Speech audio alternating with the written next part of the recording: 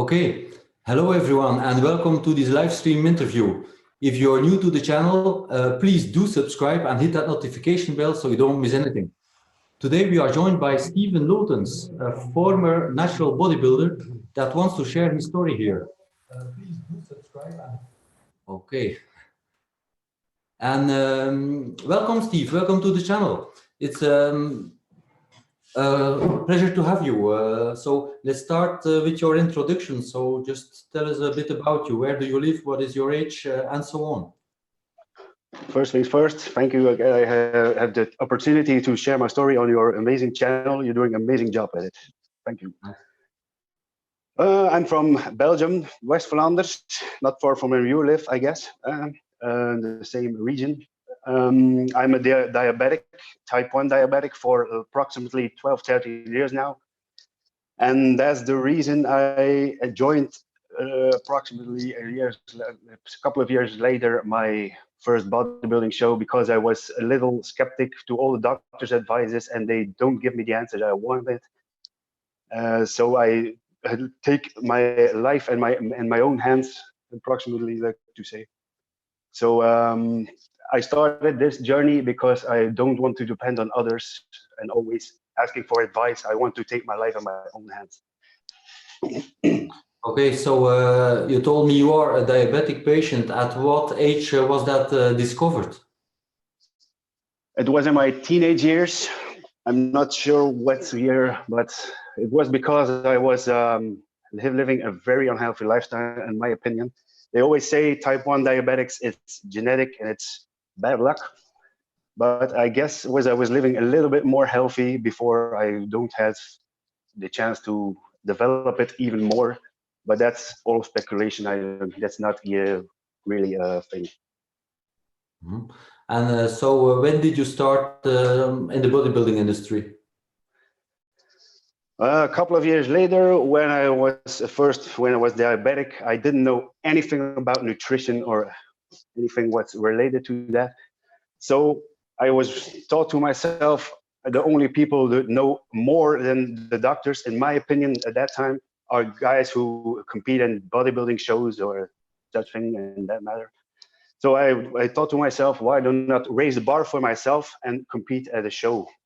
Not just for the results or just to force myself in a way to get more knowledge in the nutrition aspect, because I was tired of always the doctors telling me do this, do that, and I have some trouble with hypoglycemic because they give me standard advice, but the standard advice do not fit for people who work out, and so that was a big problem, and that's why I joined the bodybuilding show, just to get more knowledge, not for the experience or something, just to push myself, because I'm not really going to push myself. I have to raise the bar at some way. So that was a good start point for me. So you actually competed several times? Yeah, like 4 or 5 times, yes. And how did that go? Still not managed to get first place. Still not. But the experience taught me every time I competed, you learn to get in better tune with your body. You learn to know your body better, how you react to some things better or less. But that's also a reason why I've developed over time a little bit eating disorder, because it was too extreme for me at the time. And how did the diabetes interfere with your training, with your nutrition? How did you manage that?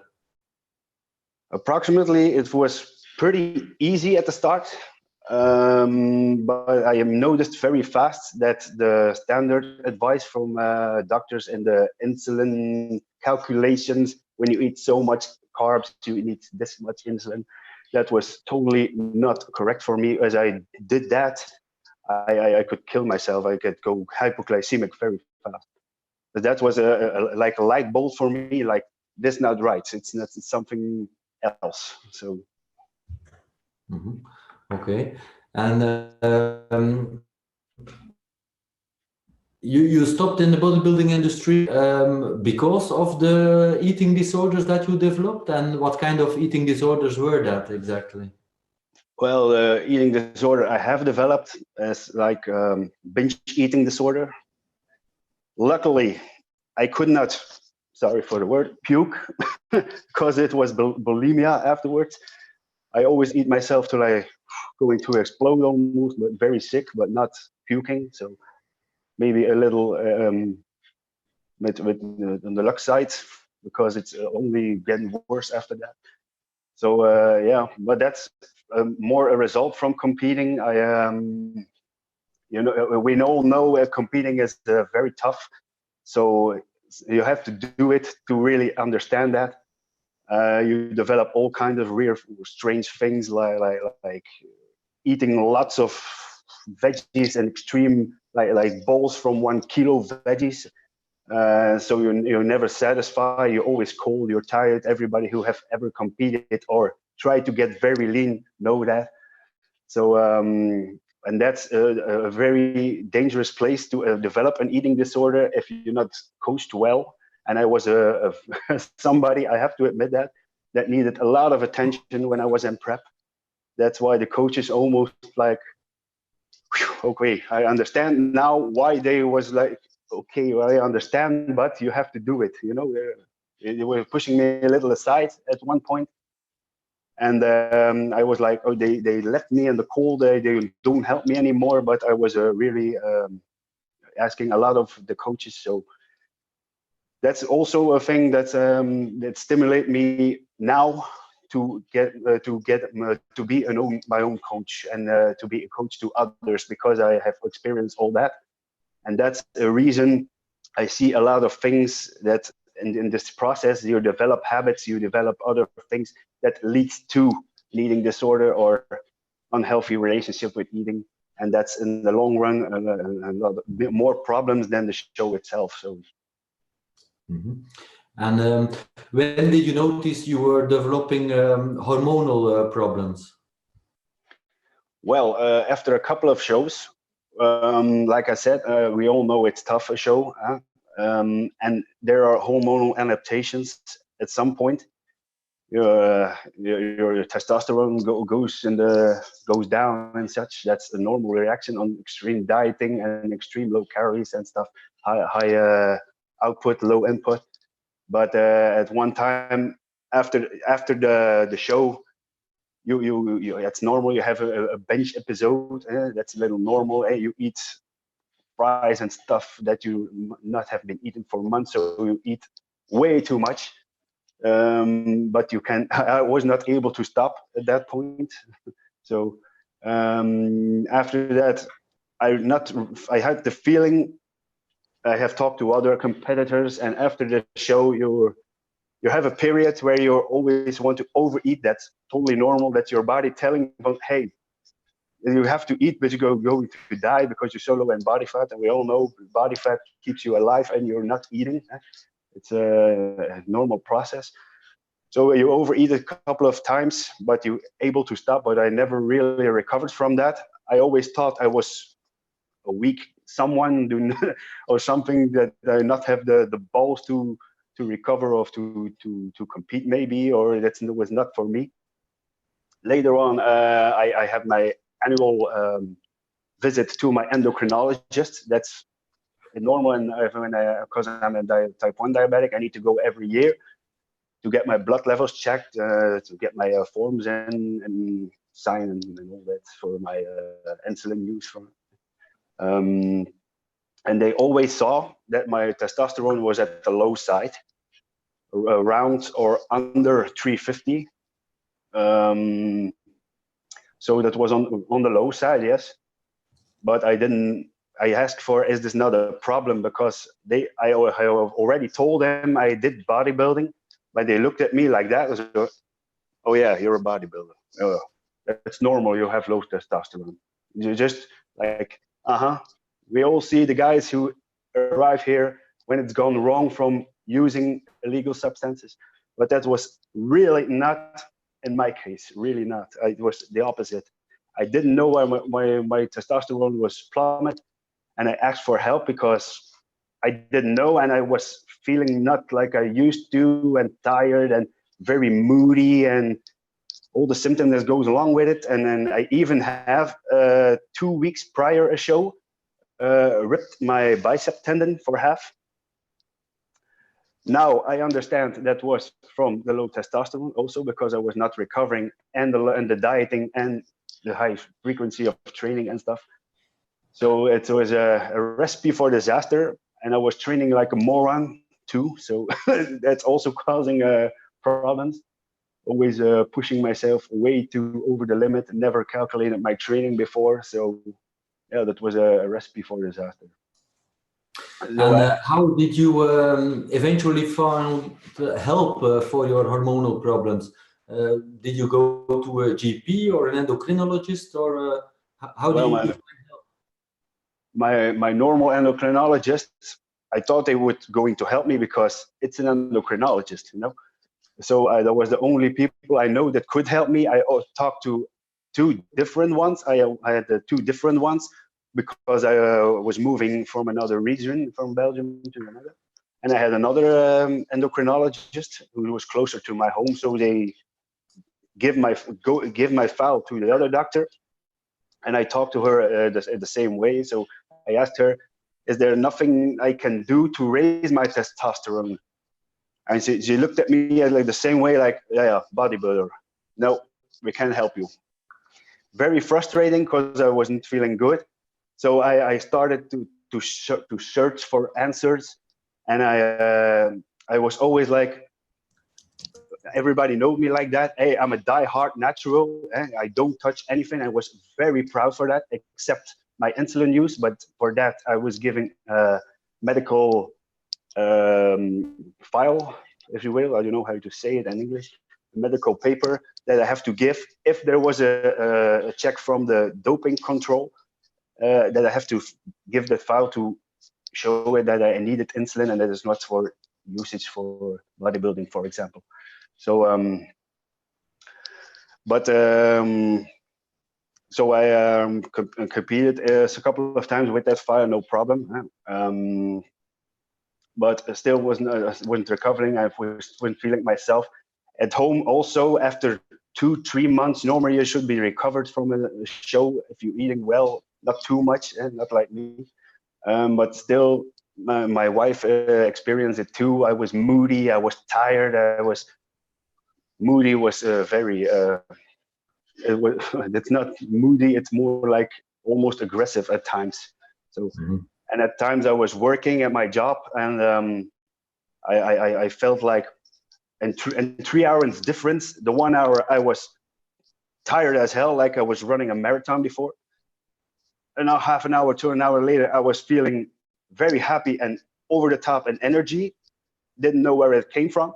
And like an hour later, I was depressed at the point that I say, well, I have to kill myself. So it was so difficult, so bad. It was mood swings all the way.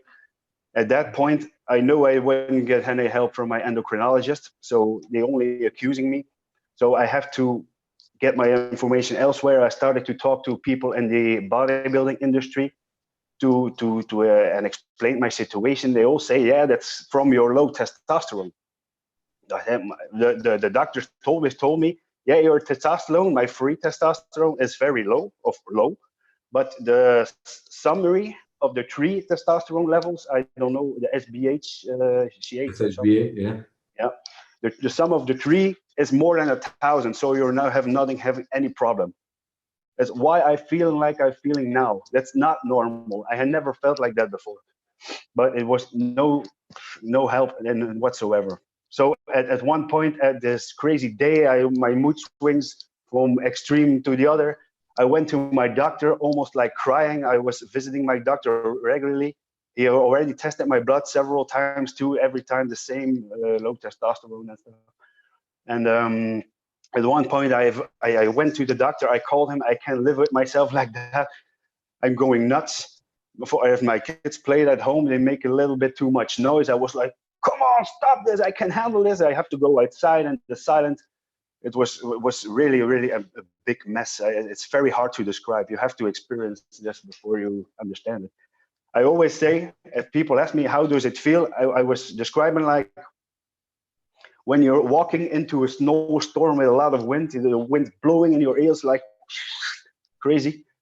And when I took my first testosterone shot, eventually to my regular doctor here, not far away, not an endocrinologist, not my regular practitioner, he finally told me, yeah, we're going to help you. We're going to see what it's going to do. I was really skeptic about this because I don't want to use any substances like testosterone because I was die hard natural, you know. But at one point I was so tired of all this, I said, okay, give me something. I have to do something. But at first I have started the normal way. So I just have, he prescribed me at first antidepressant. Yeah. That was the start. And I was immediately feeling better, I have to admit. But like 2-3 weeks, it started to decline very fast. I called, up the dose. Oh, up the dose. It's not a candy what you're talking about. I was very scared for all that stuff. So I always was very cautious with everything I did, especially because I was diabetic and I have to watch my health. And at one point I can say diabetes saved my life because I was living a very bad lifestyle. So I always say diabetes have been a blessing for me at one. If you look at the other way, it's very hard for people to understand that, but because there are a lot of people suffering from it.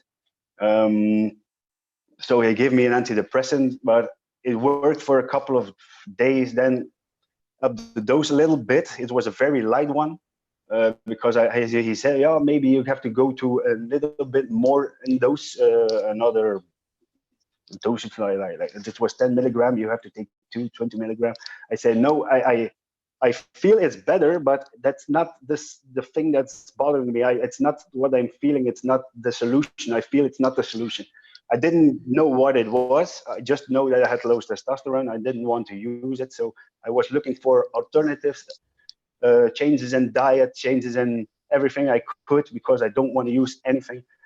But at one point it was too much. The mood swings, I have to admit that, I even told that to people that know me. At one point I was alone at my home. My wife wasn't home, the kids were in bed.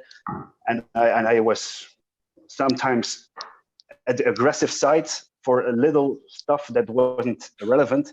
Especially to my kids, they're always pretty noisy. You know how it is if you have 2 kids, very noisy, very wild. So I couldn't handle the pressure, the noise anymore. So I exploded every time. And at one point, my kids looked at me and I saw fear in their eyes.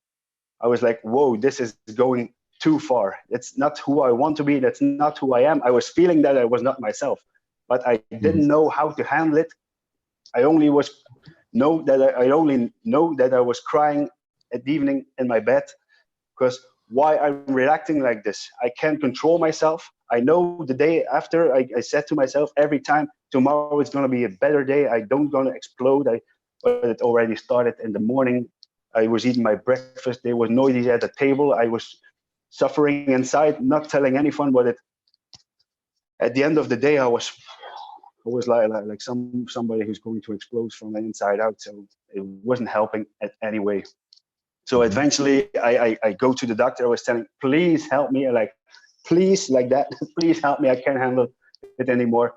Because I told him when my kids were asleep, I even took my insulin pen with my insulin. I turn it completely, the max I can shoot. That's what, like 60 units at one time. That's deadly. I know that. So I was putting it into my belly even, and I was just one push, and the misery is gone. You know, I was so frustrated with myself. I was an asshole to my wife, to my kids. I wasn't the man who I used to be, who I wanted to be. So I find nobody could help me. So I thought, why not?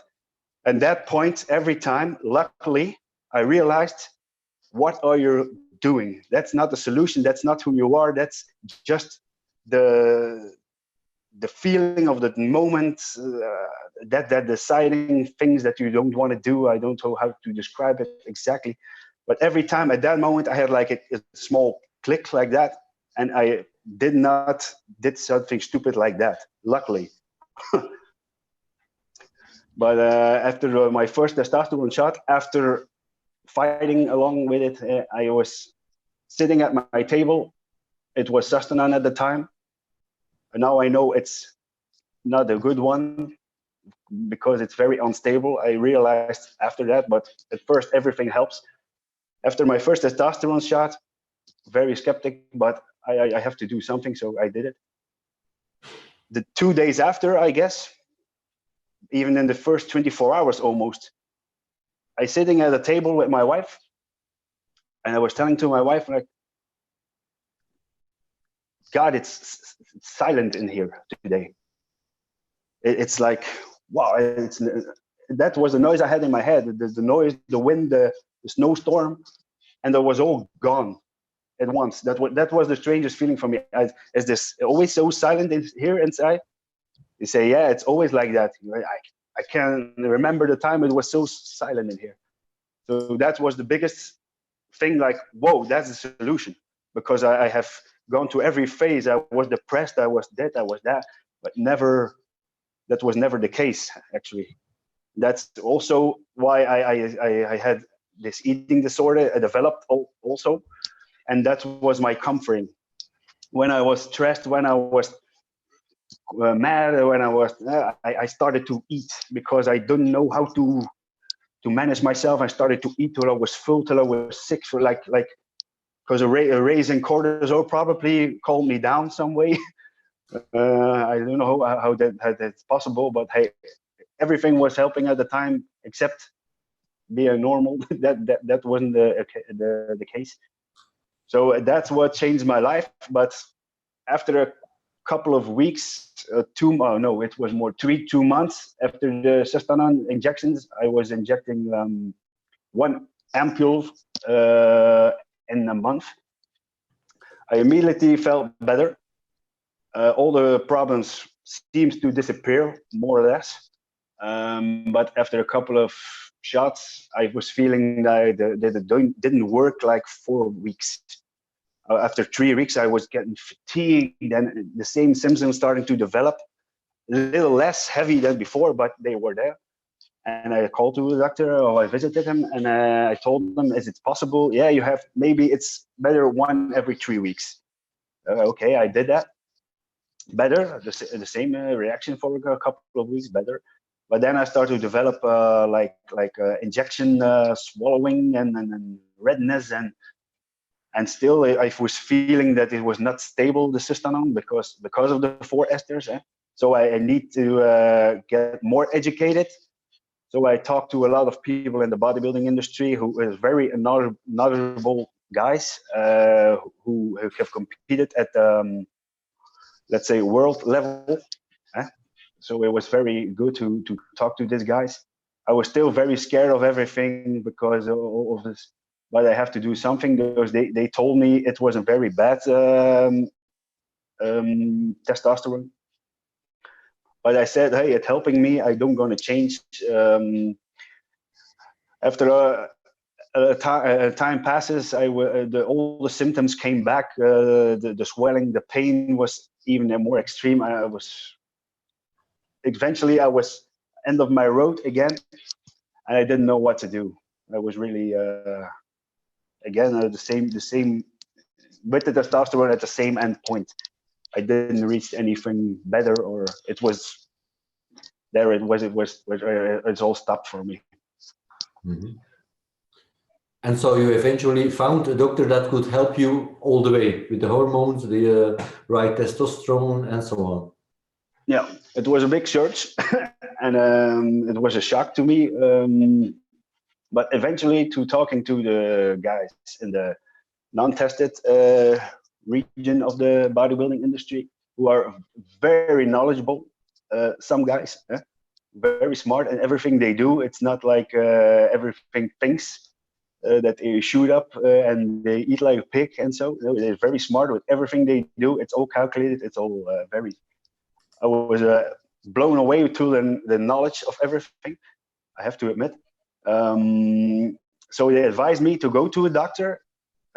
He gave me an address, and at first I watched on YouTube and I searched for info and read the doctor. They advised me. I'm not going to call any names or something, but I saw he was a world class somebody who was giving seminars and stuff. So why not give it a chance? It only could improve. Because I have visited again my endocrinologist at that time. I talked about everything again. They just didn't understand it. They didn't want to help me. They just, every time they looked at me, there was yeah, you're a bodybuilder. Every time the same. It was very frustrating. So that was going to help me in any way. So I found the doctor through the guys in the industry. And eventually I have went, it was life-changing, life-changing, really. Okay. What else do you want to add to your story? Because I think you've pretty much covered it, right? Pretty much, but I want to say to a lot of people, I know there's a lot of guys who are following me and even other people that are organizing natural shows. I'm still very, very for that. Don't touch anything if you don't need it, because I know that's why the endocrinologists are so skeptic and all the other doctors. When you say you're a bodybuilder, you're screwed. You're really screwed. You have to say, I do fitness.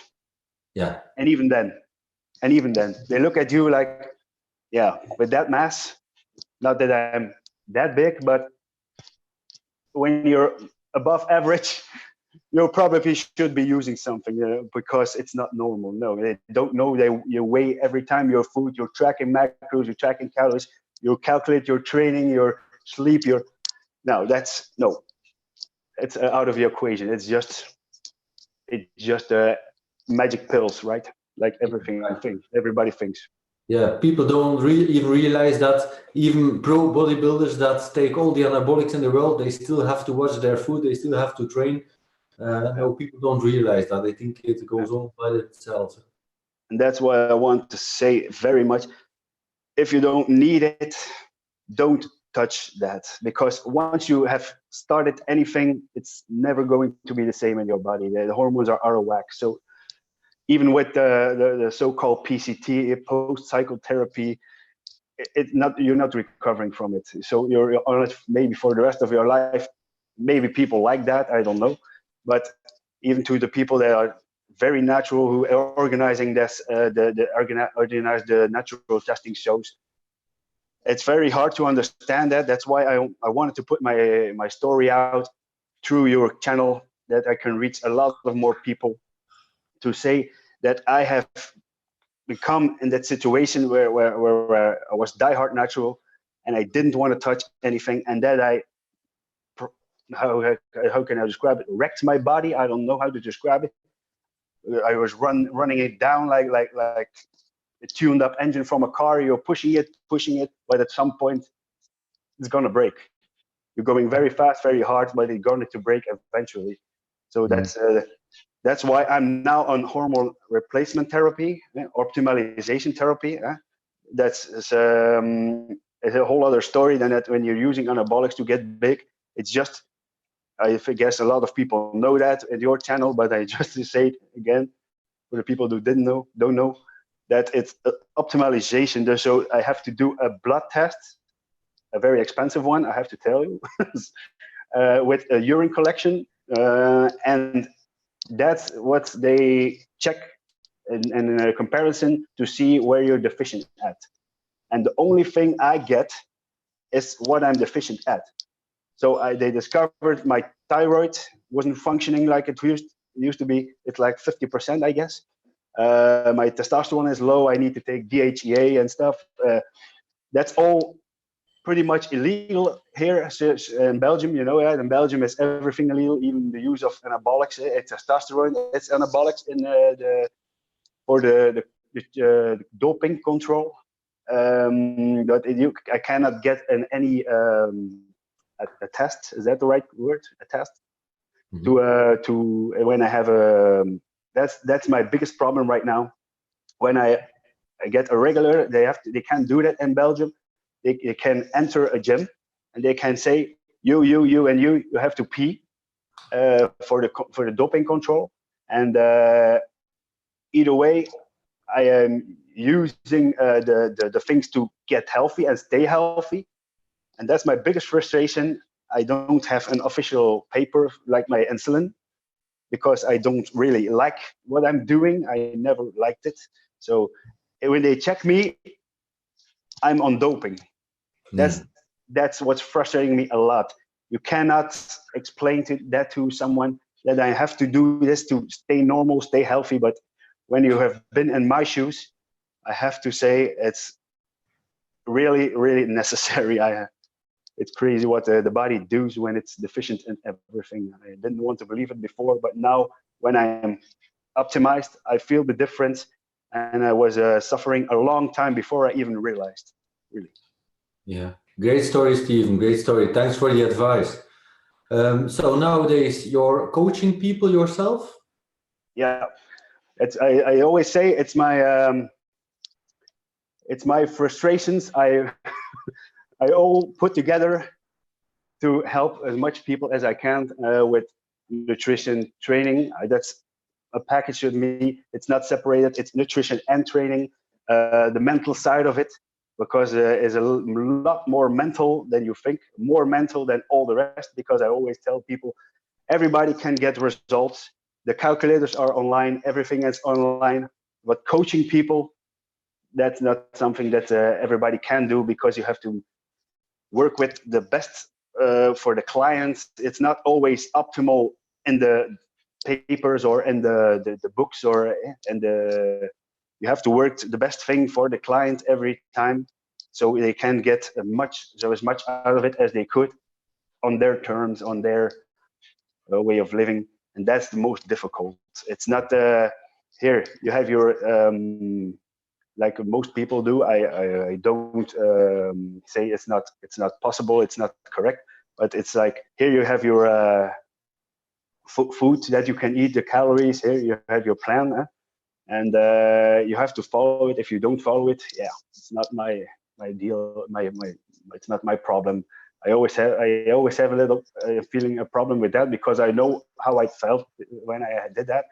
If you follow it, okay, nice. But if you don't follow it, there's a reason, because too much stress in your life, kids, work, there's always a reason before something. And that's what I am very, very, very much pay attention to. I talk to my clients on a weekly basis. I ask them if there's something wrong, what's going on, can I help you in one way to get the most results for every client. Mm-hmm. Okay. And how can people work with you or contact you if they would want to? I have my Facebook page. That's called Team Stilo Coaching. Team Stilo Coaching, can contact me at teamstilocoaching@gmail.com. That's where they can contact me, or they can send me a personal message or a DM, or how you say that, for contact. Then do we schedule completely free messenger call to get to know each other, to explain how I work, when I do it, what I do it, and get the best results for you. That's not a cookie cutter thing like everybody does, or not to say other coaches do not do a job, because there are a lot of good coaches that are rising right now. Very much respect. It's very good to see. It's very the industry are getting a lot of good people right now. Yeah, it's getting more and more scientific, science-based approaches nowadays. Yeah, it's amazing. It's very good to see. We're all friends, you know. It's very nice. Yeah, without a doubt. So, Steve, anything more to add, or do we round it up here? I think I have told almost everything I wanted to. So I'm very glad Okay. I have the opportunity to share my story. I hope a lot of people understand me now, because the people that don't, even in the lifting community, and you say the word hormones, it's like, ooh, hormones. Yeah, I was like that before. I understand that it's a hot topic. It's a dangerous thing to speak out to, but that was the reason I want to put this with you in a video, and yeah, so a lot of people can relate to and understand it and listen to the story at one complete thing, not just hear something here and thing there. Yeah. Okay, Stieven. Great to have had you on the channel. It's my pleasure to give you a platform to talk to the viewers. So, anything more to add? No, I'm all rattled out. Okay, so we're going out of air. Thanks for watching. Leave us a like and see you in the next live stream.